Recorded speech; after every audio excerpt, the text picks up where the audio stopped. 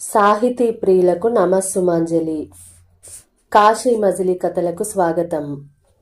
కాకమ్మ గువ్వమ్మ కథలు శీర్షికన కథానికలు వింటున్నాం కదా. ఇవాళ మనం తెలుసుకోబోతున్న కథ డామిట్, కథ అడ్డం తిరిగింది. వినండి. డామిట్, కథ అడ్డం తిరిగింది. మిట్ట మధ్యాహ్నం వేళ దట్టమైన అడవి మధ్యలో చీల్చుకు వెళ్తున్నట్టుగా ఉన్న నల్లటి రోడ్డు సూర్యుని వెలుగులో తలతలా మెరుస్తున్న నల్లటి తాచుపాములాగా ఉంది. ఆ రోడ్డు మీద వేగంగా దూసుకెళ్తున్న ఖరీదైన నల్లటి కారు హఠాత్తుగా పాములాగా మెలికలు తిరిగి ఆగిపోయింది. డ్రైవర్ విసుక్కుంటూ కారు దిగి ఏమైందా అని చూశాడు. టైరు పంచర్ అయింది. ఇంతటి ఎండలో, అది కూడా అడవి మధ్యలో టైరు పంచర్ అయ్యేసరికి చిరాగ్గా తిట్టుకుంటూ వెనక సీటు వైపున్న కిటికీ దగ్గరకు నడిచాడు డ్రైవర్. వెనక సీట్లో ఖరీదైన సూటు బూటు వేసుకున్న ఒక యువకుడు కిటికీ అద్దాన్ని దించి, వీరన్నా ఏమైంది అంటూ సందేహంగా చూశాడు. చిన్నబాబు, టైరు పంచర్ అయింది. మీరు కాసేపు ఆ చెట్టు నీడలో విశ్రాంతి తీసుకోండి, నేను టైరు మారుస్తాను అంటూ టూల్ కిట్ తేవడానికి డిక్కీ తెరిచాడు. చల్లటి ఏసీ కారులోంచి బయటకు అడుగు పెట్టగానే ఆ యువకుడికి చెమటలు పట్టాయి.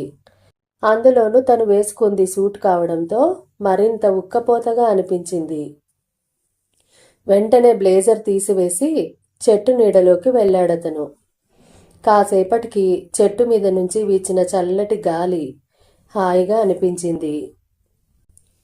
ఆ ఎర్రటి ఎండలో చెమటలు కక్కుతూ టైరు మార్చడానికి అష్ట కష్టాలు పడుతున్నాడు ఆ ముసలి డ్రైవర్. చుట్టూ దట్టంగా ఉన్న అడవిని చూస్తూ ఆ యువకుడు, వీరన్నా, ఈ అడవిలో పులులుంటాయా అని అనుమానంగా కాస్త జంకుతూ అడిగాడు. లేకేం బాబూ, మనం ఉన్నది నల్లమల అడవిలో.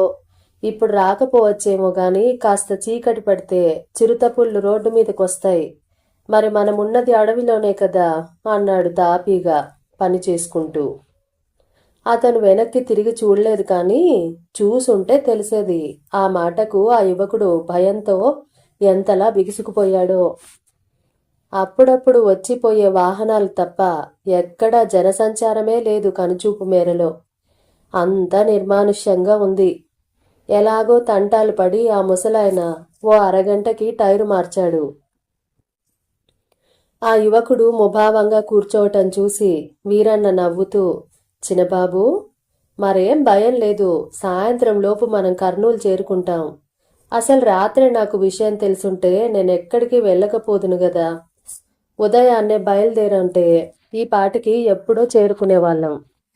చుట్టాలింట్లో పెళ్లికని గూడూరు వెళ్ళాను. అప్పటికి నాన్నగారు చెప్పగానే వెంటనే బయలుదేరాను. అయినా నెల్లూరు చేరేసరికి 3/4 గంట పట్టింది. రాత్రే నాన్నగారు విషయం చెప్పుంటే నేను అసలు ఎక్కడికి వెళ్లకుండా ఉండేవాడిని అన్నాడు. బయలుదేరే వరకు విషయమేంటో నాకే చెప్పలేదు, ఇంక నీకేం చెప్తాడు అన్నాడు అతను చిరాగ్గా. ఏమైంది చిన్నబాబు, ఈ పెళ్లి చూపులు మీకిష్టం లేదా ఆసక్తిగా అడిగాడు వీరన్న. అసలు ఆ ఇంట్లో నా ఇష్టం గురించి ఆలోచించే వాళ్ళు ఎవరన్నున్నారా? అందరూ ఎవరిష్టానికి వాళ్ళు ప్రవర్తించే వాళ్లే అన్నాడతను. ఏమైంది బాబూ, పెళ్లి కూతురు నచ్చలేదా ఆరా తీశాడు వీరన్న. నువ్వే చూడు అంటూ ఫోన్లో ఫోటో చూపించాడు. ఫోటో చూడగానే మొహం చిన్నబోయింది వీరన్నకి. నిజమే, ఒడ్డు పొడుగు, రంగు రూపం ఎందులోనూ సరిజోడు కాదు చిన్నబాబుకి. అది గమనించిన అతను, చూసావా, నీకు కూడా నచ్చలేదు కదా అన్నాడు ప్రశ్నార్థకంగా. అందందేముందిలే చిన్నబాబు, గుణం ముఖ్యం కాని. అయినా నాన్నగారు మీకోసం గొప్పింటి సంబంధం తెచ్చారు కదా అన్నాడు వీరన్న నచ్చ చెప్తున్నట్లు. అవును, మహా గొప్ప సంబంధం అన్నాడు అతని వెటకారంగా. అసలు మనం ఇప్పుడు ఎందుకు వెళ్తున్నామో తెలుసా? పెళ్లి చూపులు మొన్నే అయిపోయాయి. ఇప్పుడు ఆవిడ గారు ఫ్రెండ్స్ వస్తున్నారట, నన్ను పరిచయం చెయ్యాలట. అందుకే మనకి మిట్ట మధ్యాహ్నపు ప్రయాణం. నాకిష్టం లేదని తెలిసి కూడా నాన్న నన్ను కన్విన్స్ చేయాలని చూస్తున్నాడే గాని నా ఇష్టం గురించి ఆలోచించట్లేదు. చిన్నప్పుడే అమ్మ దూరమైంది. ఆ తర్వాత వచ్చిన పిన్ని పిన్నిలాగే చూస్తోంది. కాని నాన్న చిన్నప్పటి నుంచి నా ఇష్టంతో పని లేకుండా నన్ను ఒక మరబొమ్మలా తయారు చేశాడు. పైగా నాకేం తెలీదని, ఆయన ఏం చేసినా నా మంచి కోసమే అని నీతి వాక్యాలు బోధిస్తాడు. ఎవరి స్వార్థం వాళ్ళది. ఇప్పుడు నేను ఈ అమ్మాయిని పెళ్లి చేసుకుంటే రేపు ఆయన రాజకీయంగా ఎదగచ్చని ఆయన అదే పనిగా పొలిటికల్ బ్యాక్గ్రౌండ్ ఉన్న సంబంధం తెచ్చాడు. ఆయన నిర్ణయాన్ని కాదంటే ఆస్తిలో చిల్లి గవ్వ కూడా రాదని, సొంతంగా బ్రతికే సామర్థ్యం నాకు లేదని హితబోధ చేస్తుంది పిన్ని. ఏమిటో నా జీవితం, ఏమవుతుందో ఏంటో గట్టిగా నిట్టూర్చాడతను. చిన్నబాబు, మీలాంటి మంచి మనిషికి దేవుడు అన్యాయం చేస్తాడా? మీకంతా మంచే జరుగుతుంది, దిగులు పడకండి అన్నాడు వీరన్న ఓదార్పుగా. అతను తల వెనక్కి వాల్చి కళ్ళు మూసుకుని ఆలోచిస్తున్నాడు. వీరన్న హుషారుగా పాటలు పాడుతూ డ్రైవింగ్ చేస్తున్నాడు. ఇంతలో కారును ఆనుకుని ఒక లారీ వేగంగా దూసుకొని వచ్చింది. వీరన్నకు డ్రైవింగ్లో 20 ఏళ్ల అనుభవం ఉండటం వల్ల చాలా చాకచక్యంగా కారును తప్పించాడు. అతి కొద్దిలో చాలా పెద్ద ప్రమాదం తప్పింది. కారు పక్కనున్న చెట్టుకు తగిలి ఆగింది. వెంటనే ఎయిర్ బ్యాగ్స్ ఓపెన్ అయ్యాయి. అతను తుల్లిపడి లేచాడు. వీరన్న కంగారు పడుతూ వెనక్కి తిరిగి చూసి చిన్నబాబు అని గట్టిగా అరిచాడు. అతనికేం కాలేదని తెలిసి కాస్త స్థిమితపడ్డాడు.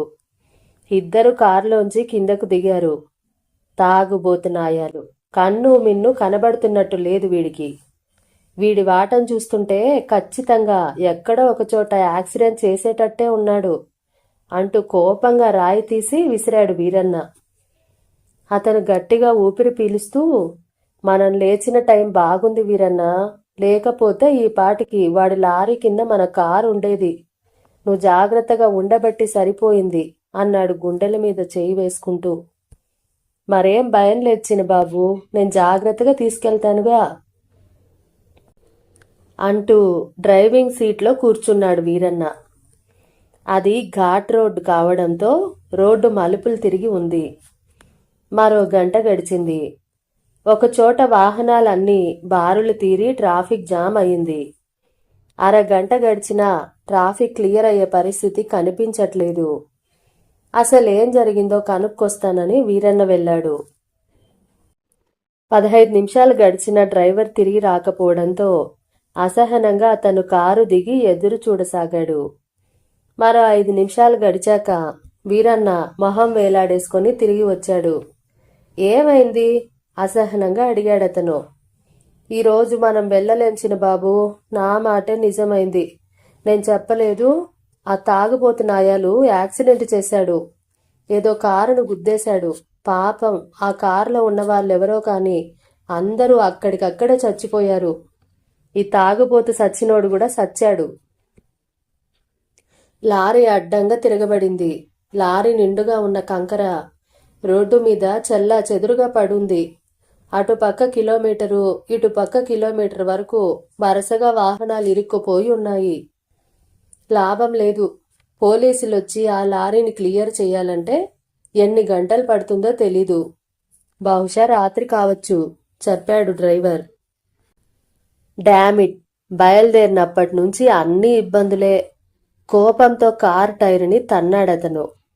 దీని వరస చూస్తుంటే మీరు ఆ పెళ్లి కూతురింటికి వెళ్ళడం ఆ దేవుడికి కూడా ఇష్టం లేనట్టుంది చిన్నబాబు అన్నాడు వీరన్న. అప్పటిదాకా నిప్పులు చెరిగిన సూర్యుడు మాయమైపోయాడు. హఠాత్తుగా మేఘాలు కమ్ముకొని వచ్చాయి. మరో 5 నిమిషాల్లో వాన మొదలైంది.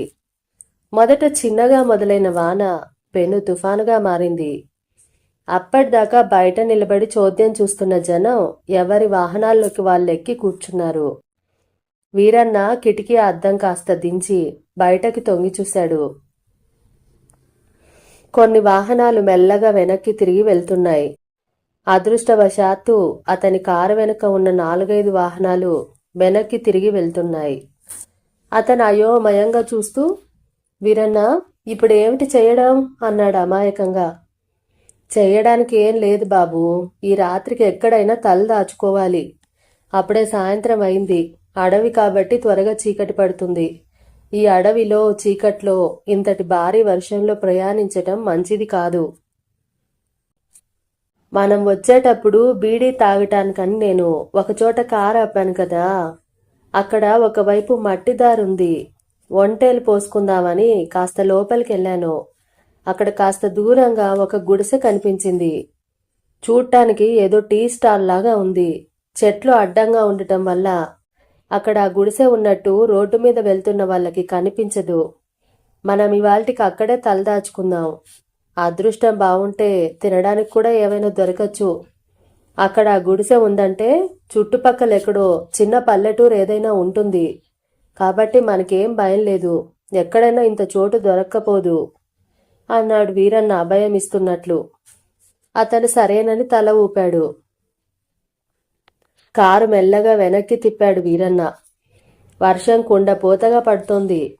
ఆ వర్షానికి తోడు భయంకరమైన గాలి కూడా మొదలైంది. మెల్లమెల్లగా చీకటి పడుతోంది. దారి సరిగ్గా కనిపించట్లేదు.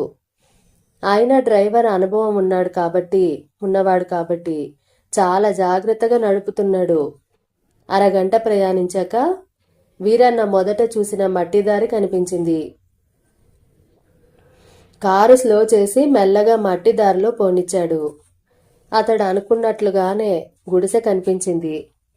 కారుని గుడిసె పక్కగా ఆపి వీరన్న కారు దిగి వెనక డోరు తీసి గొడుగు పట్టాడు. గొడుగు ఆ వర్షాన్ని ఏమాత్రం ఆపలేకపోయింది. భయంకరంగా వీస్తున్న గాలికి గొడుగు ఎగిరిపోయింది. నిమిషంలో ఇద్దరూ తడిచి ముద్దయ్యారు. వెంటనే ఇద్దరు గుడిసెలోకి పరిగెత్తారు. అక్కడ ఆ గుడిసె తప్ప చుట్టుపక్కల ఏ ఇల్లు కనిపించలేదు. వీరన్న ఊహించినట్లుగానే అది టీ స్టాల్ మాత్రమే కాదు, టిఫిన్ సెంటర్ కూడా. వీరన్న మొహం సంతోషంతో వెలిగిపోయింది. చిన్నబాబు, ఈరోజు మనం పస్తులుండక్కర్లేదు అన్నాడు ఉత్సాహంగా. లోపల నుంచి బజ్జీల వాసన వస్తోంది. ఆ వాసనకే వాళ్లకు ఆకలి వేసింది. ఇదిగో అబ్బి, 2 ప్లేట్లు బజ్జీలివ్వు అన్నాడు వీరన్న అక్కడున్న చెక్కబల్ల మీద కూర్చుంటూ. సుమారు 12 ఏళ్ల వయసున్న అబ్బాయి నిక్కరు బనీను వేసుకుని మెడలో వేసుకున్న టవాల్తో మొహం తుడుచుకుంటూ బయటకొచ్చాడు. ఏం పెద్దయ్యా, టీ కూడా తెమ్మంటావా అని అడిగాడు. ఆ, బజ్జీలయ్యాక తెద్దుగాని, మొదట అవి తీసుకురా, ఆకలి దంచేస్తుంది అన్నాడతను. ఆ వర్షంలో వేడి బజ్జీలు తింటుంటే ప్రాణం లేచొచ్చినట్లయింది వాళ్ళకి. కాసేపటికి టీ పట్టుకొచ్చాడు ఆ పిల్లాడు. వేడి టీ గొంతులో దిగుతుంటే వెన్నులో వణుకు తగ్గి శరీరం కాస్త వెచ్చగా అనిపించింది. ఖాళీ టీ గ్లాసులు ఆ పిల్లాడికి అందిస్తూ, అబ్బి, మీ ఓనర్ని కాస్త పిలు అన్నాడు వీరన్న నింపాదిగా. ఏం పెద్ద మనిషి, నేను ఓనర్ లాగా కనిపించట్లేదా ఏం? ఈ హోటల్కి ఓనర్ అయినా సర్వర్ అయినా అన్నీ నేనే. బయట బోర్డు చూడలేదా ఏంటి? నూకరాజు టిఫిన్ సెంటర్ అని. ఆ నూకరాజుని నేనే అన్నాడు ఆ పిల్లాడు గంభీరంగా. ఆ ఇద్దరూ ఆశ్చర్యంతో నోరెళ్లబెట్టారు. అతను తేరుకుని, ఏమిటి, నా వయసులో సగం కూడా లేని నువ్వు హోటల్ నడుపుతున్నావా అన్నాడు అబ్బురపడుతూ. ఫలానా వయసు వచ్చాకే హోటల్ నడపాలని ఎక్కడైనా రాసుందా ఏంటి? ఇంతకీ మీకేం కావాలి చిరాగ్గా అడిగాడు ఆ పిల్లాడు. బయట చూశావుగా వాన ఎలా పడుతోందో. ఈ పూటకి నాకు మా చిన్నబాబుకి భోజనము, పడుకోవడానికి కాస్త చోటు కావాలి. ఊరికే కాదులే, నీకెంత డబ్బు కావాలన్నా ఇస్తాం అన్నాడు వీరన్న. సరే, రాత్రికి మామూలుగా కస్టమర్లు ఉండరు, అందుకని వంటేమీ చేయలేదు. పొద్దున మిగిలిన దోసపిండి మాత్రమే ఉంది. అందులోకి కాస్త చట్నీ చేసి అన్నం వండుతాను. దోశలు తిని కాస్త పెరుగన్నం తినండి. పడుకోవడానికి ఒక నులక మంచం, చాప మాత్రమే ఉన్నాయి అన్నాడు నూకరాజు. మరేం పర్లేదు, మా చిన్నబాబుకి మంచం సరిపోతుంది. నేను చాప పైన పడుకుంటాను అన్నాడు వీరన్న. 1000 రూపాయలు అవుతుంది. చెప్పాడు నూకరాజు. పర్సు తీసి 4 500 నోట్లు ఆ పిల్లాడి చేతిలో ఉంచాడతను. నేను అడిగింది 1000 మాత్రమే, 2000 కాదు అంటూ ఇంకో 1000 వెనక్కి తిరిగిచ్చేశాడు నూకరాజు. ఆ అబ్బాయి నిజాయితీకి ముచ్చటపడ్డాడతను. దండెం మీదున్న తుండుగుడ్డ తీసి వీరన్న చేతికిచ్చి, తల తుడుచుకోండి, మా ప్రాంతంలో అసలే విషజ్వరాలు ఎక్కువ అన్నాడు నూకరాజు. లోపల నుంచి 2 అతుకులు వేసిన చిరిగిన చొక్కాలు, పాత పంచెలు తీసుకొచ్చి చెరొకటి చేతికి అందిస్తూ, ఇవి మా తాతవి, ఇంతకంటే మంచివి మా ఇంట్లో లేవు, ఆ బట్టలు తీసి దండం మీద ఆరేసి ఇవి మార్చుకోండి అన్నాడు. ఆ బట్టలు చూసి ఆ ఇద్దరు ఒకరి ముఖాలు ఒకరు చూసుకున్నారు. అది చూసి నూకరాజు, పర్వాలేదు వేసుకోండి, అక్కడక్కడ చిరుగులు ఉన్నా ఉతికిన బట్టలే అన్నాడు. వీరన్న అతడి మొహంలోకి చూస్తూ, చిన్నబాబు, నాకంటే పర్వాలేదు, కానీ మీరు కోటీశ్వరుడి బిడ్డ, డబ్బులో పుట్టి పెరిగారు, మీకిలాంటి బట్టలు అంటూ తటపటాయించాడు. పర్వాలేదు వీరన్న, మనకు వేరే ఆప్షన్ లేదు, తడి బట్టలు మార్చకపోతే జ్వరం వస్తుంది, అసలే చలికి వణికిపోతున్నాను, త్వరగా ఇవ్వు అంటూ బట్టలు మార్చుకున్నాడతను. ఉన్నట్టుండి మెరుపు మెరిసింది. ఆ మెరుపు వెలుగులో మంచం మీద పడుకున్న ముసలావిడ కనిపించింది.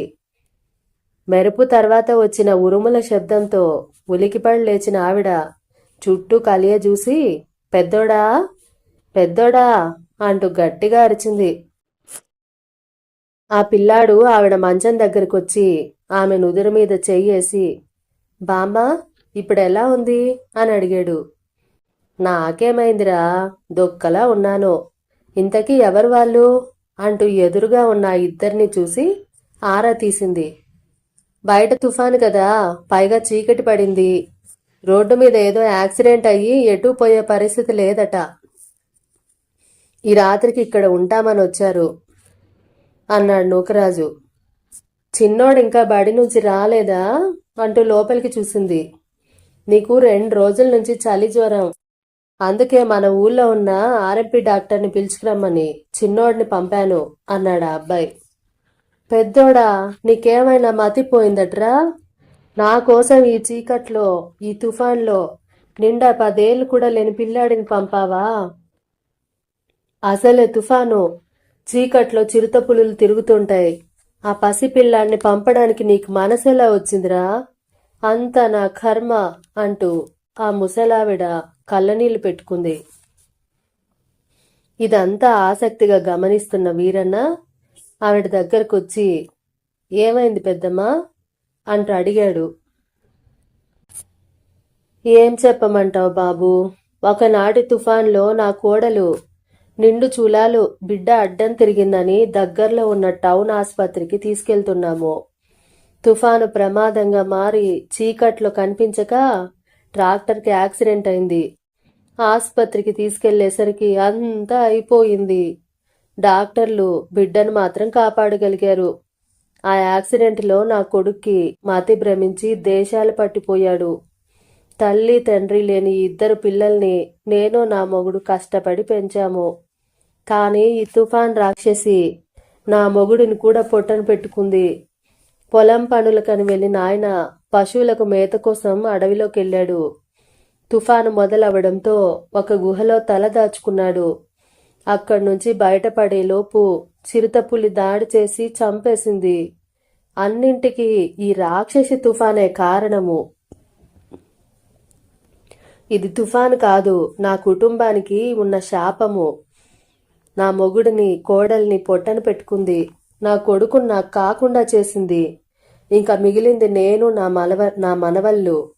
మమ్మల్ని కూడా చంపితే గాని దీని కడుపు నిండదు అంటూ జోరుగా కురుస్తున్న వర్షాన్ని శాపనార్థాలు పెడుతూ తీవ్ర ఒత్తిడికి లోనయ్యి అలాగే స్పృహ తప్పి పడిపోయింది. నూకరాజు పరుగున వచ్చి ఆవిడని సరిగ్గా మంచం మీద పడుకోబెట్టాడు.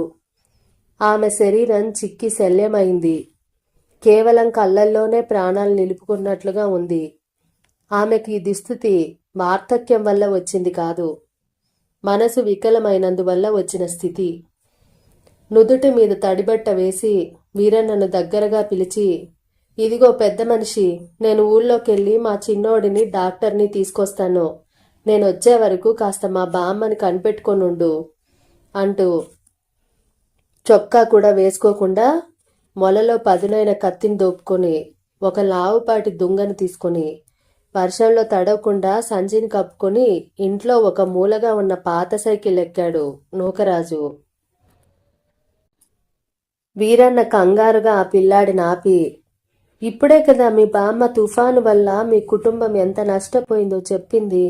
అది తెలిసి కూడా ప్రమాదానికి ఎదురెళ్లడం మూర్ఖత్వం కాదా అన్నాడు. మాకు తుఫాన్లు చిరుతపుళ్ళు కొత్తేం కాదు, అన్నీ మామూలే, దేని పని దానిది. రేపెప్పుడో చస్తానని ఈ రోజు నుంచి బయటికెళ్లకుండా చచ్చే వరకు ఇంట్లోనే దాక్కోలేం కదా. అయినా ఇలాంటి తుఫాన్లు చిరుతపులులు నన్నేం చెయ్యలేవు. ఆ తుఫాన్ని నా కాళ్ళ కింద పాతేస్తా.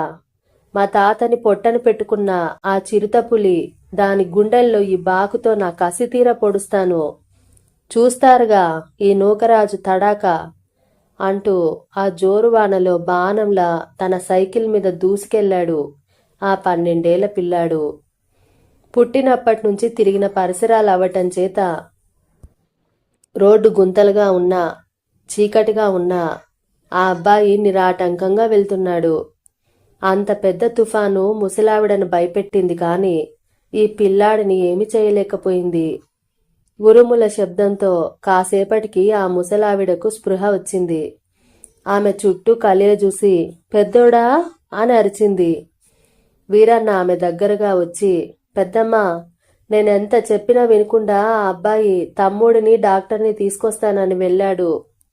హా, నిజంగా వెళ్ళాడా?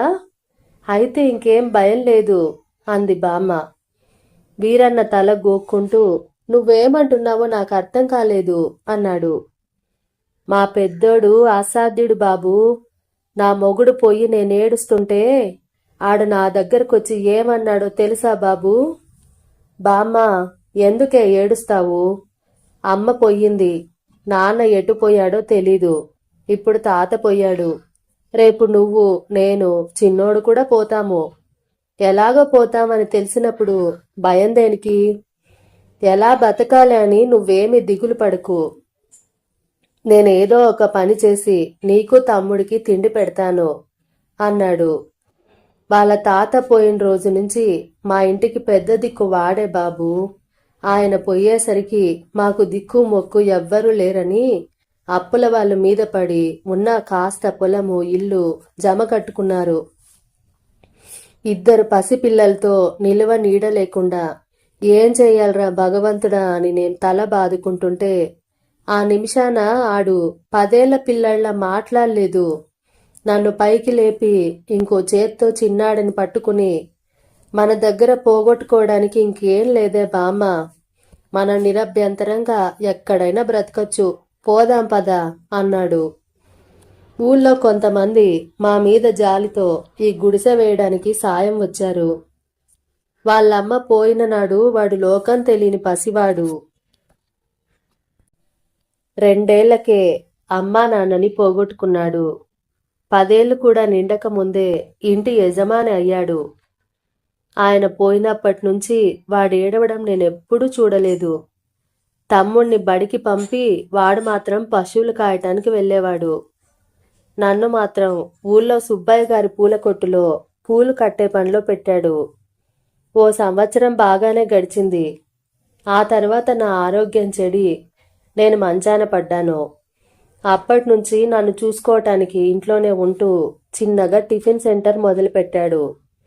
వాడు ఉన్నంత వరకు మాకు ఎలాంటి దిగులు లేదు.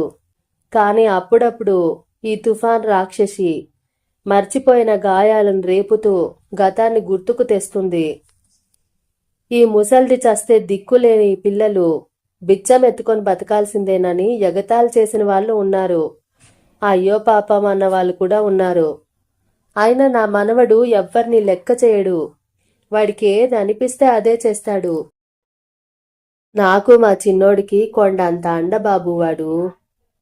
అదిగో అటు చూడండి, మా పెద్దోడు ఈ కటిక చీకటిని తొలుచుకుంటూ వేగు చుక్కల్లే వస్తున్నాడు. నేను చెప్పలేదు? పెద్దోడికి భయమే లేదు.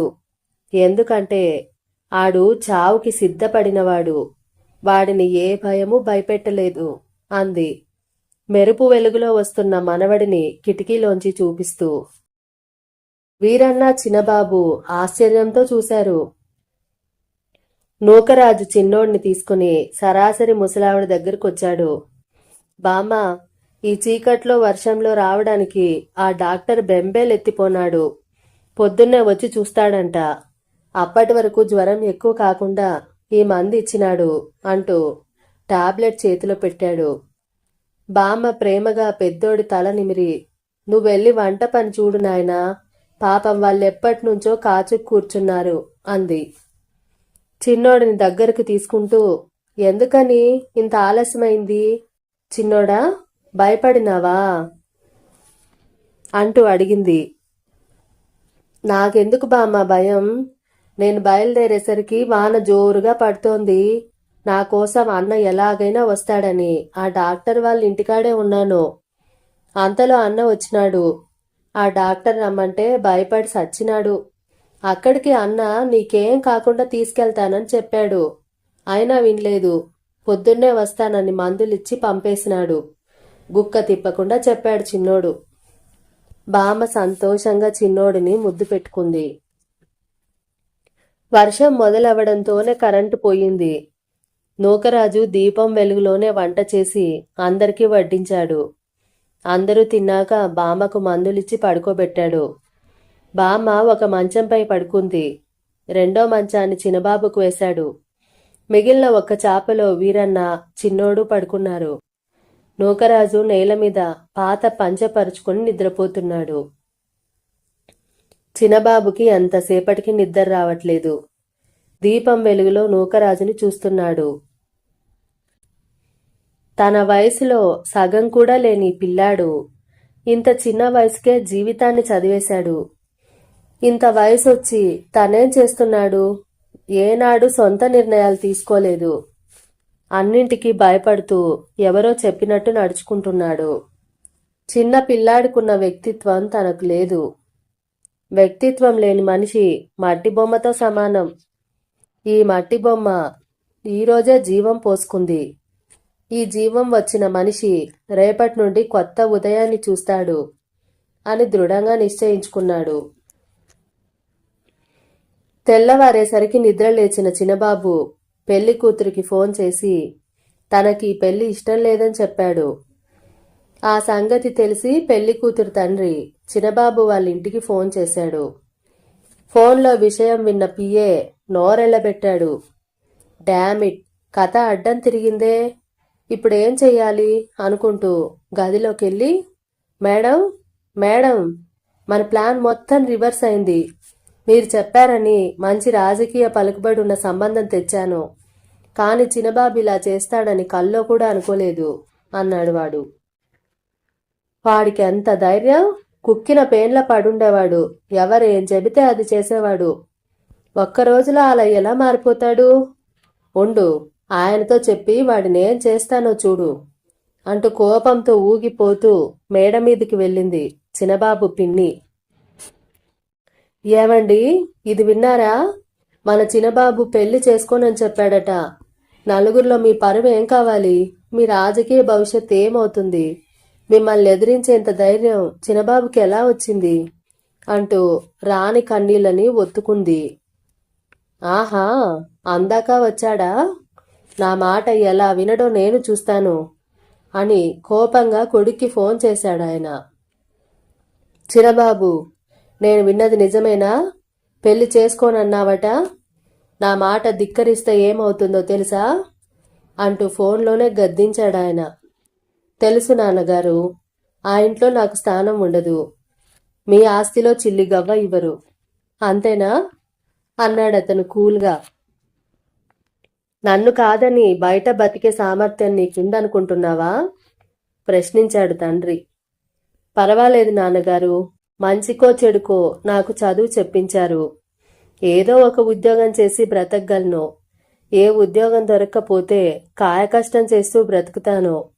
అంతేకాని వ్యక్తిత్వం లేని మనిషిలా రేపు ఏమవుతుందోనని భయపడుతూ బ్రతకలేను అంటూ ఫోన్ పెట్టేశాడు. చిన్నబాబులో వచ్చిన ఈ మార్పు చూసి వీరన్న చాలా సంతోషించాడు. చూశారా చిన్నబాబు, ఒక్క రోజులో ఆ దేవుడు మిమ్మల్ని ఎంతలా మార్చాడో అన్నాడు. నిజమే వీరన్న, నన్ను మార్చిన దేవుడు ఈ 12 ఏళ్ల పిల్లాడు అన్నాడు. ఇంతకీ ఇప్పుడేం చేస్తారు చిన్నబాబు? చేయడానికి చాలా ఉన్నాయి. ఈ విశాల ప్రపంచంలోకి మొదటిసారి స్వేచ్ఛగా అడుగు పెడుతున్నాను వీరన్న. పోగొట్టుకోవడానికి నా దగ్గర ఇప్పుడు ఏమీ లేదు. ఇంకా భయం ఎందుకు? ఎలాగైనా బ్రతికేస్తాను అని నవ్వుతూ రోడ్డు మీద నడుచుకుంటూ వెళ్ళాడు. తుఫాను శాంతించింది. తిరిగి సూర్యుడు తన వెలుగుతో బ్రతుకు మీద కోటి ఆశలను రేకెత్తించడానికి మళ్లీ ఉదయించాడు. కథ సమాప్తం. మీకు గనక ఈ కథ నచ్చినట్టయితే తప్పకుండా లైక్ చేయండి, మీ బంధుమిత్రులకు షేర్ చేయండి. ఇప్పటి వరకు సబ్స్క్రైబ్ చేసుకోకపోతే తప్పకుండా సబ్స్క్రైబ్ చేసుకోండి. ఈ కథ మీద మీ అభిప్రాయాలను తప్పకుండా కామెంట్ బాక్స్లో రాయండి. మళ్ళీ వచ్చే ఎపిసోడ్లో ఇంకో మంచి కథతో కలుసుకుంటాను. అంతవరకు సెలవు తీసుకుంటూ మీ కల్పన బండారు.